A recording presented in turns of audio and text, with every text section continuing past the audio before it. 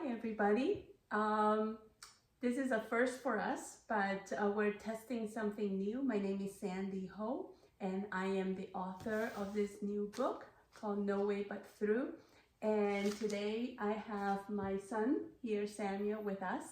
And we're going to test something out here because the book is about my family and about how I had conversations with my father to retrace it, and Samuel was wanting to know more about our heritage. So a lot of you have actually shared that you would love to have an audiobook. Obviously, I'm not ready for it yet, but we thought it might be actually interesting to do short conversations with you and or short conversations together and record them and share them with you.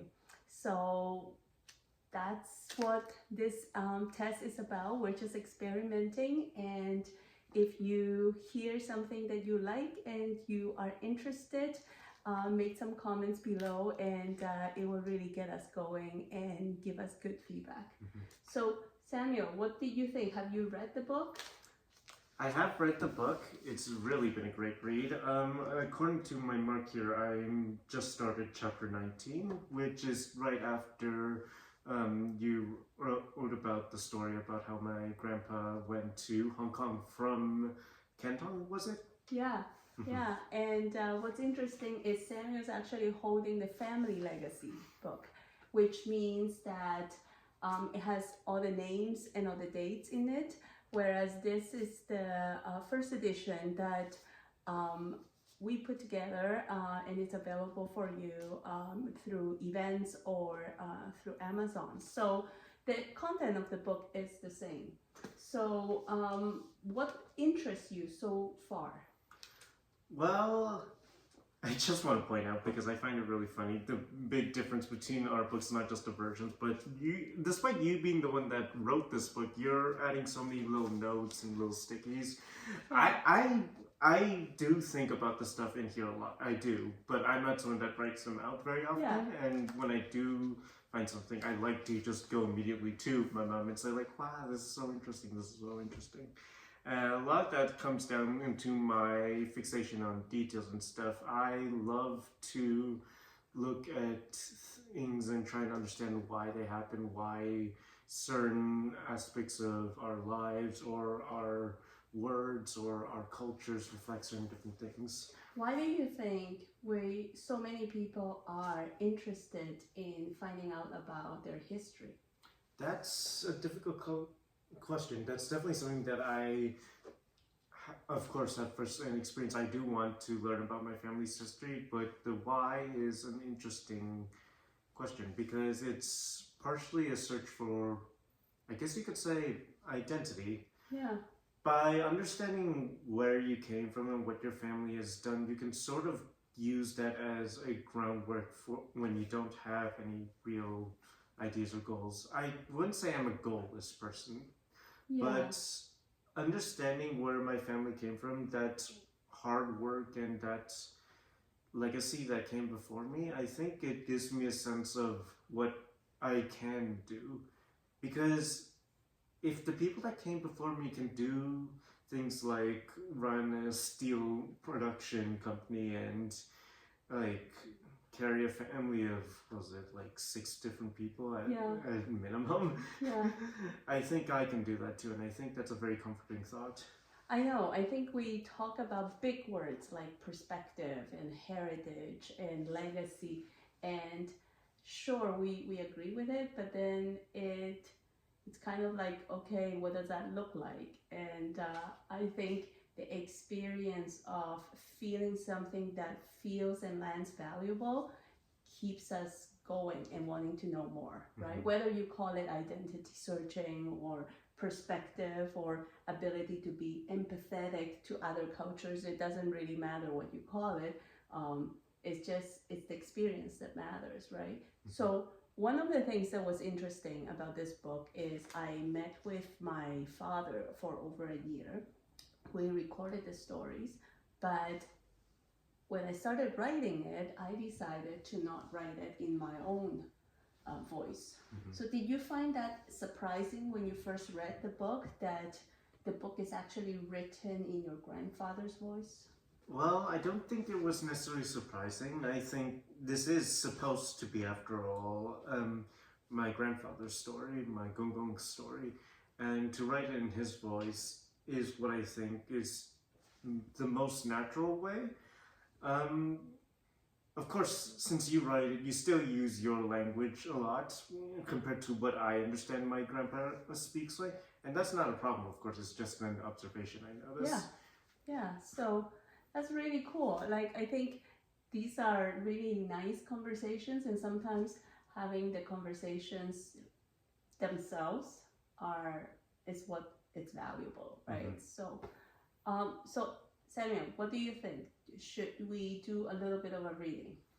I think we should at least. We'll start from the beginning, right? Yeah. Chapter 1. Sure. And what should we do with our listeners? Would you like to read it from the family edition or from the public edition? That's a good question, because we did separate them for a reason. Yeah. It's almost the same. Yeah. I can give you mine, and that's the public edition, and then we can just read a little bit and have a chat about it. Sure. How about that? Okay? Yeah. Here. Thank you. Yeah. And feel free to stop wherever, and then we can talk a little bit about how, maybe what we thought about it. The story of my life begins with my grandfather, whom I called Aye. He was born in the late 1800s, before World War I.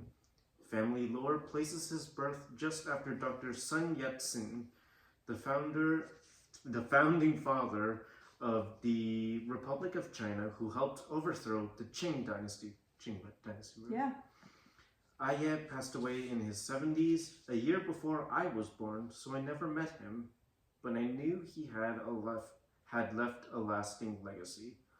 His life and character are an important part of my own story, anchored by the steel business he built from the wreckage of war and the valuables he never let rust.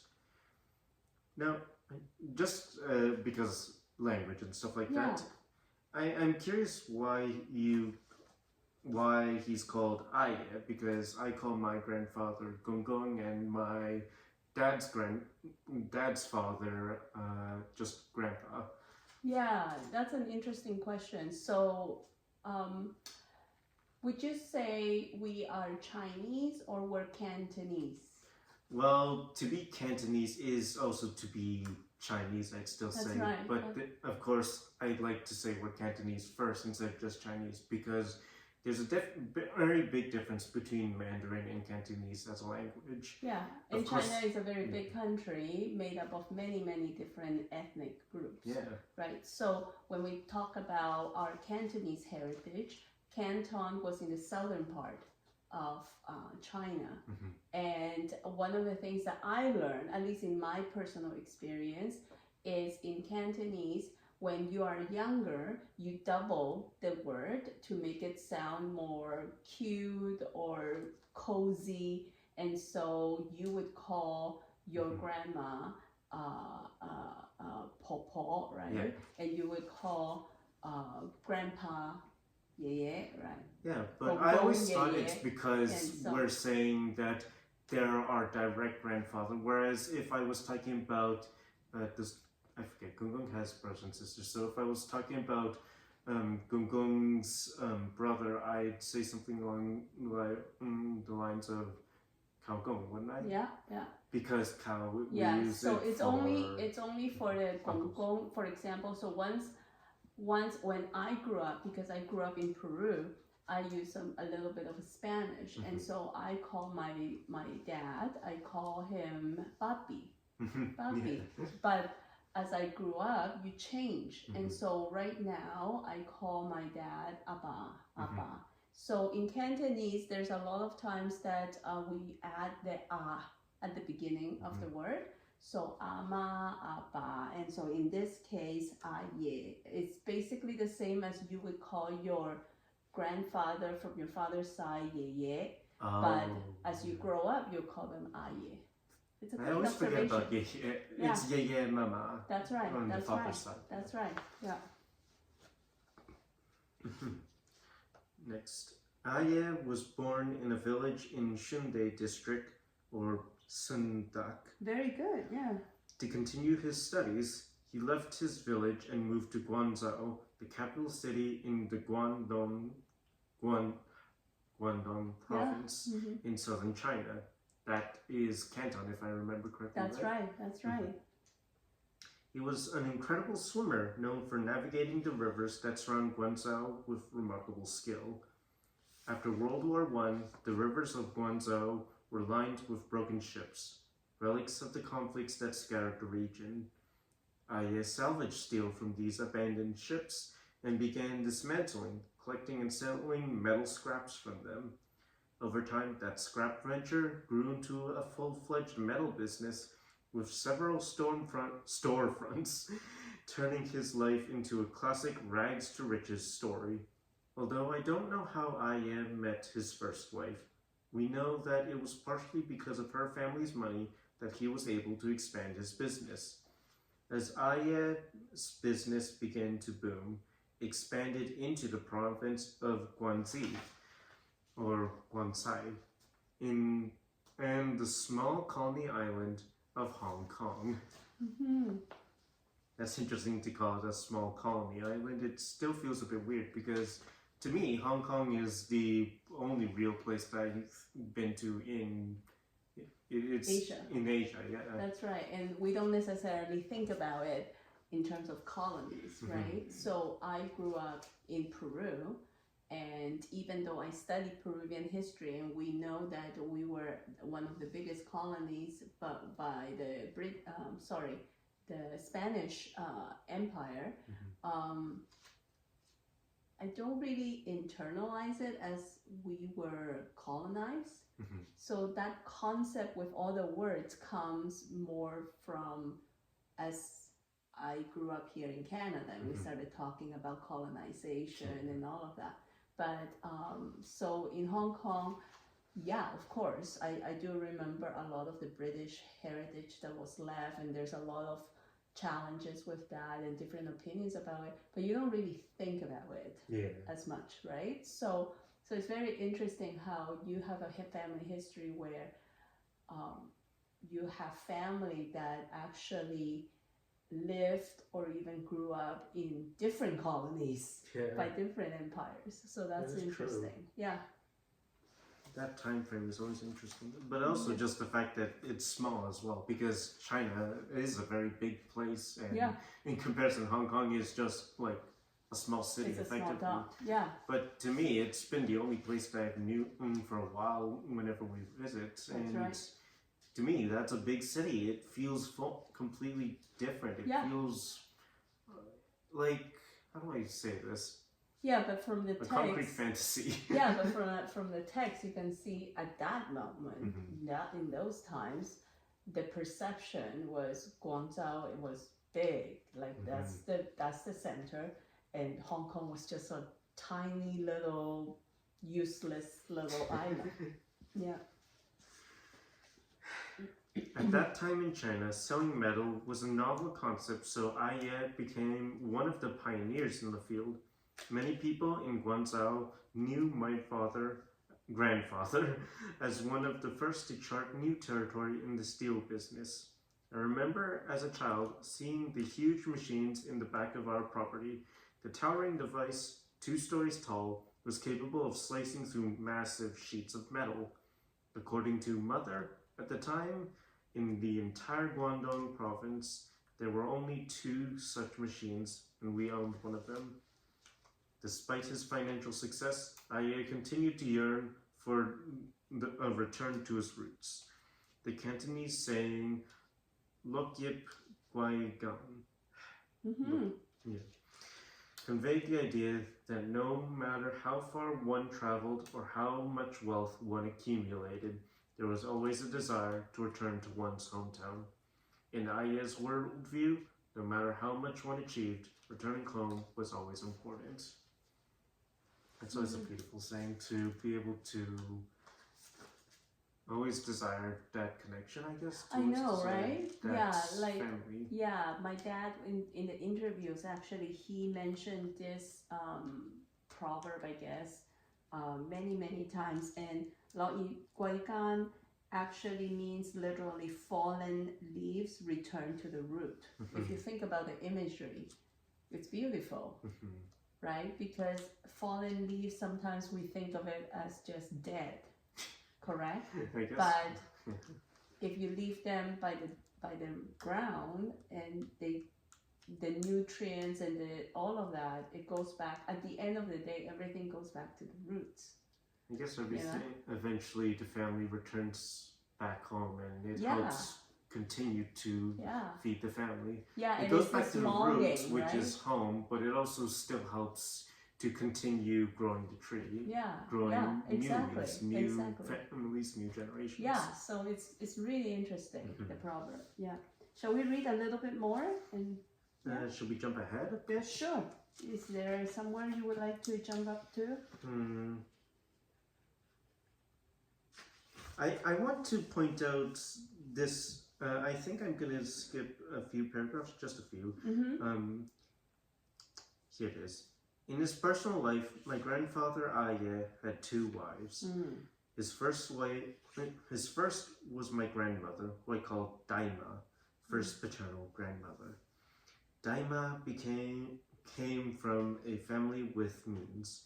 We know this because her feet had been bound as a child, a practice known as foot binding, or gacha.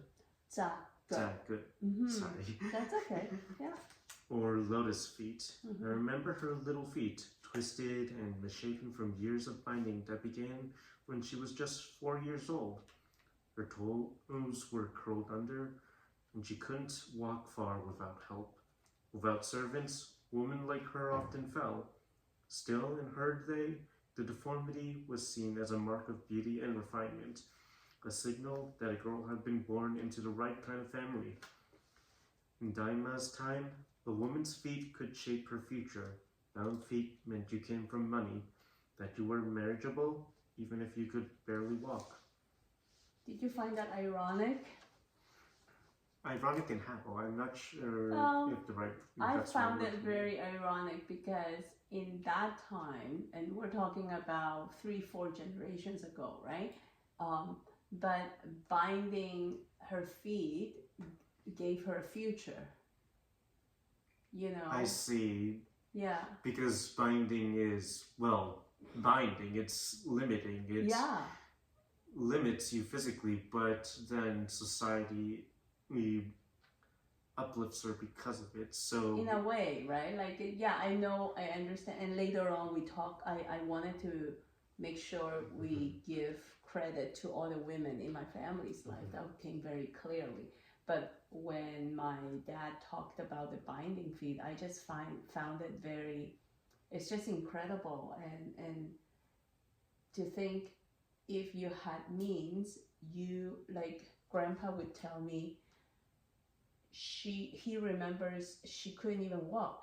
And the fact that you needed help, you needed helpers to help you walk, that was actually a signal of status. Whereas right now, we live in a society where we want independence. And so if you need to depend on others, is seen mostly negatively. As a weakness. Right? So I just thought that was interesting. Yeah. For me, my perspective is just, I don't know, because we live in such a liberal age and stuff like that, as you said, we're influenced by desires of independence, of cultural, how do I say it, strength, I guess. We're searching for people who are strong on their own and value them by their own right, but then you come back into these cultures and you just see how they instead valued people for just their status, but they also just, I don't know, it's just reading passages like these make me both appreciate how far we've gone, but also just dread a little bit of our past, because it is well, this isn't a good thing No, for most yeah. people. It's limiting them. It's definitely painful. It's But I think that's why I wrote the book, because context matters. And if I had not listened carefully, I would have just heard the word that my great grandmother was had bound feet, and I could have just said, how could my culture do that? And then that would be the end of the story. However, listening to it and understanding more about the nuances. For example, your grandfather would describe how ugly it was and how must have hurt so much, right? But yet later on in the book, you also see how these women, despite their circumstances, they had grit. They that had is the resilience. important part. It's like the temptation, of course, as I've probably shown here, is to just pity them, right? But that's not the point. These are people that, despite their great circumstances, still manage to do some incredible things, still manage to help their families, to help themselves. Yeah, and that was one of the reasons at the end, I came up with many different possible titles, but at the end I came up with No Way But Through, because over and over I would talk to my dad, and even for me, like when people talk and look at our lives and say, wow, you were so courageous, or you were so resilient, or you were so, whatever, you don't really think that it is, because that's the world you grew up in,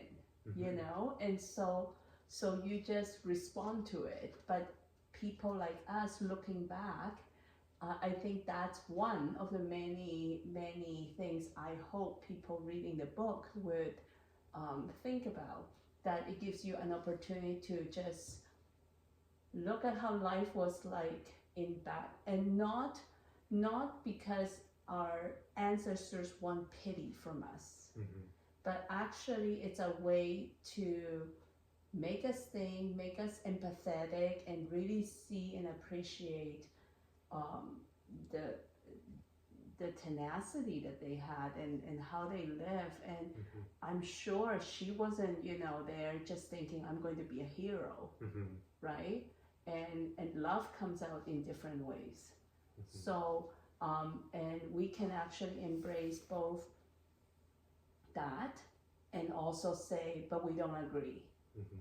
This is not the way to treat women, or not to, as a society, for example. Exactly. Like, simply put, I don't care necessarily that it's because she's a woman that it was this. I just see this as it's an injustice for anyone to undergo such.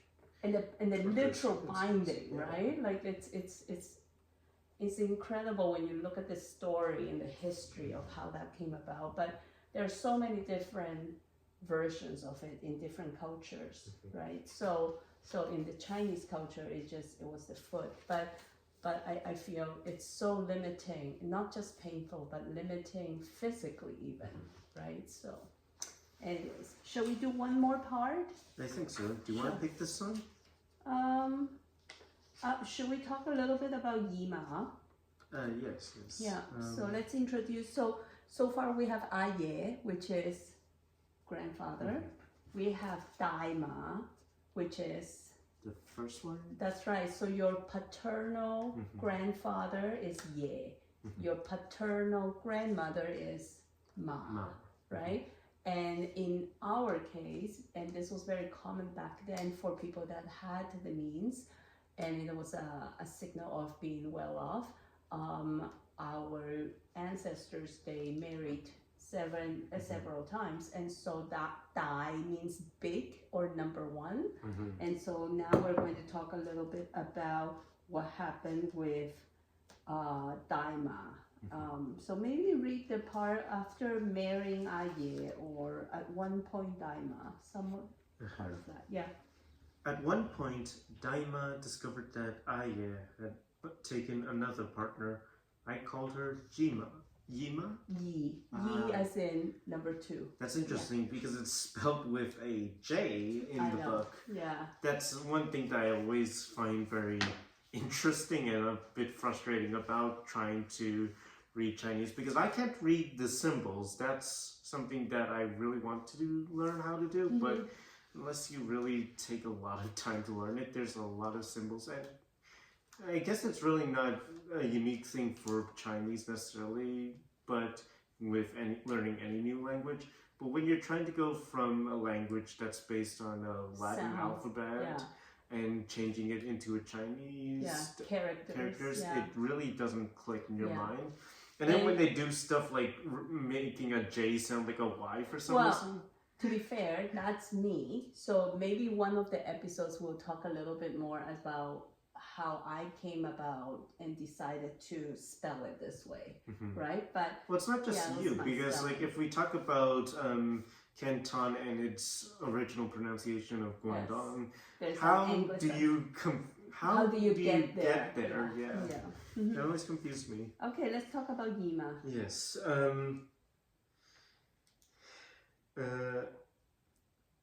I'll skip down to the next paragraph since. Sure. I never formally married Yima, but she was brought into the family and was accepted into the household as a second wife. In traditional Chinese society, it was common for wealthy men to have secondary wives or concubines. These women held a recognized but lower status than the primary wife. While they lived with the family and took on important domestic and social roles, their legal and social rights were limited compared to those of the main wife. Yima's role as a second wife reflected these cultural norms at the time, illustrating the complex family hierarchies and expectations placed on women. Despite never having children, a significant source of pressure and sorrow for her, Yima remained a part of the family, navigating a role shaped by tradition and circumstance. Not bearing children for the family must have weighed heavily on her at a time when a woman's worth and value was tied to her ability to conceive, deliver, and raise children for the family they were married into. As a man, how did you read this part? Did you find it interesting? I mean, I've been aware of this sort of cultural thing, not just from like Chinese culture, but from what I understand, pretty much most cultures at this time still pretty much valued a woman for their ability to continue a family. Yeah. Like, and of course, it's important that, you know, families continue. There's, how do I put this? Families need to continue. People can't just stop it, and there has to be some value, of course, in, how do I say it, just people being able to continue on their legacy. Yeah, and one but of course, things, making it the entire identity of a person is never a good idea. That's. But I think objective. one of the things that comes across in the story, as I delve deeper into the story, was that Cantonese people are deeply pragmatic people. And so even the way we address each other, yes, we address each other, and loyalty and respect is important, but we call each other by their honorifics and numbers, right? Yeah, we call them first brother, second brother. Yeah, number 1, number 2, number 3, quite literally. And then the value of a woman is, we view it so differently here now, but I don't have to agree, but I can understand how they got there. Yeah, because the pragmatic sense might just be, well, they have the body parts for to it, conceive, correct. so therefore they should prioritize exactly. that. Whether it's right or wrong, of course, depends on the culture. That's right, and also we can also argue that, you know, that's one way to control the sexes, but on the other hand, it makes sense in a way, right? That the value of a woman would come from that. But because of that, it becomes a barrier if somebody's not able to. Of course. Right? So. And removes value of the person as a person themselves, because everyone's more than just what their body has, but their thing is, every person has something to give that's not always obvious. And I think, if you read later into the book, we hear the stories about what these women did. And that's right. They're so much greater than just what they are physically. They're greater because of the inner strength that they have, the character that they have. That's right. That's right. And I find very interesting and mesmerizing this Yima's life, right? And your grandpa tells me the stories about, because she actually eventually does go, spoiler alert, but she does go she makes it to Hong Kong, and so there are photos of my dad with her, and so she witnessed quite a bit, and apparently she held me as a baby before she passed away. So it's like, again, it just, sometimes I wonder, why is it that I find it fascinating hearing these stories? Why is it that I find it interesting and attractive to hear these stories if, like you said, there are things that we have heard and read in history books already? And I think there's a quality of, oh, this is what strength looks like, or oh, this is what, without preaching it to us, it's like, I can imagine how hard it must have been in a society where women were given these types of roles, and then you are there, right? And so when you live in those societies and in those circumstances, it's almost like we don't judge. It's easier to not judge why they ended up in the family. It makes sense. There's a path to reasoning it. But I think it's that tension of like, oh yeah, but that's not right. And I think that's what makes it human, right?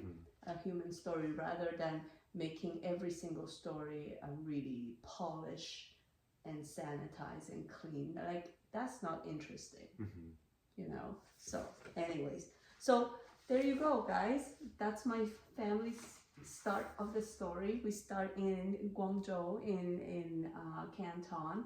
And I found it fascinating that our family started in the steel business. Yeah. It becomes rather ironic later if any of you guys know about the history of China as a whole. And would you like to share with our listeners what was the title of chapter 1?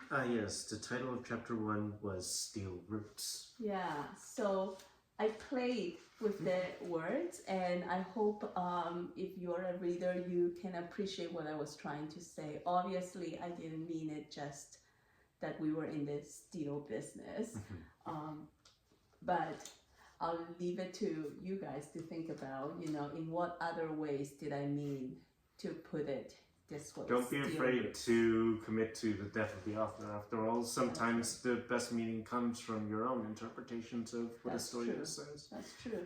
So, Samuel, I'm so glad we're doing this. Again, this is an experiment, but we thought this might be an interesting thing to try this summer. And if you're interested and you found this interesting, please let us know. Click a like, subscribe, and make some comments down there. So tell your friends about us. That's right. So we're going to hope to try to do at least a series of 5 episodes, and then we'll see if this works out. We'd love to do more. Okay. Anything else, Stania? It's been nice having to be able to talk to you about this again and stuff like that. Yeah. Of course, we do talk about it often, but to really just sit down and to really be intentional about it feels quite nice. It feels very good to get these thoughts and these emotions out into the field. I appreciate that as well. Yeah, and I find it very powerful that you're the one reading your grandfather's words, right? So that's, again, the book is No Way But Through, and it's my debut memoir, and my name is Sandy Ho. This was Samuel, my son, and I hope you enjoyed this video, and we'll see you again. Bye. Bye.